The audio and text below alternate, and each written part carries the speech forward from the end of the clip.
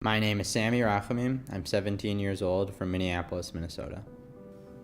My dad was 61. His name was Reuven Rachamim, and he was a small business owner. My dad was funny. Often, if I really just wasn't in the mood for it, he would still, try to make a joke and lighten the mood. He was really a upstanding guy who genuinely wanted to help people. Hi, Sammy. This is Abba. Returning your call. Sam missed the call. Thursday, September 27th, 2012, I saw a tweet on my phone that there had been a shooting in the Bryn Mawr neighborhood. It's the very latest on the story out of Minnesota, a deadly workplace shooting at a sign company. Several people, including the gunman, were killed. Others remain in critical condition at this hour. So I actually took that tweet and I sent it to my dad's phone. And I said, hey, be careful. What I didn't know at the time was that this text would go unanswered. This tragedy has hit the normally quiet community very hard. They found 4 people who were shot dead. In a wonderful neighborhood and a wonderful business, we have had a horrible tragedy.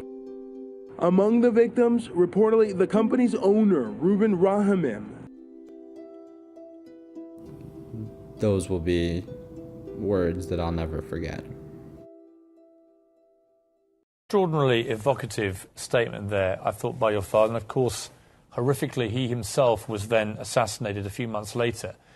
Since then, 1 million Americans have been killed by guns. And as Joe Biden said today, I think it's 1,600 more since Sandy Hook. What is going to be done about changing the culture, never mind specific weapons, but the culture of gun violence that has enveloped America? Well, I think we have to really start with the laws. It wasn't until the laws on drunk driving were enforced before people really took that seriously. And I think we need to start with an assault weapons ban and a ban on the high-capacity magazines and the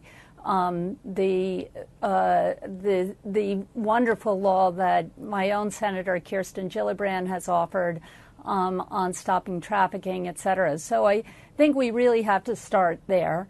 And then we need to look at our society and say, what are we doing? It's an important part of the American experience to teach your kid to ride a bike, to teach your kid to fish, and to teach your kid perhaps to shoot a rifle. That is part of the American experience for so many of us. But that is not what assault weapons are about, or going in and trying to kill people. And we need to stop that in this country. I felt that particularly strongly when I fired some of these weapons, including an AR-15 the other day in Texas, and I was struck by the speed and power and the ease that they were to use. But just apart from anything else, the speed of the bullets just terrified me. Thinking about those in a closed environment like a school or a theater as they've been used in recent atrocities. I think the time is now. We've lost enough friends and family members and fellow Americans. I think we can all kind of look ourselves in the mirror and say that enough is enough, and that it's time to do something about this. Whether gun violence enters your life in a mass shooting or in a single victim murder, the pain is no greater or nor less. You can't change the past, Sammy, but you can change the future. It was just a reminder that my work with gun violence prevention is not going to bring my dad back to life, but it could prevent another family, another child from going through what I'm going through. And I think that's a great way to honor my dad.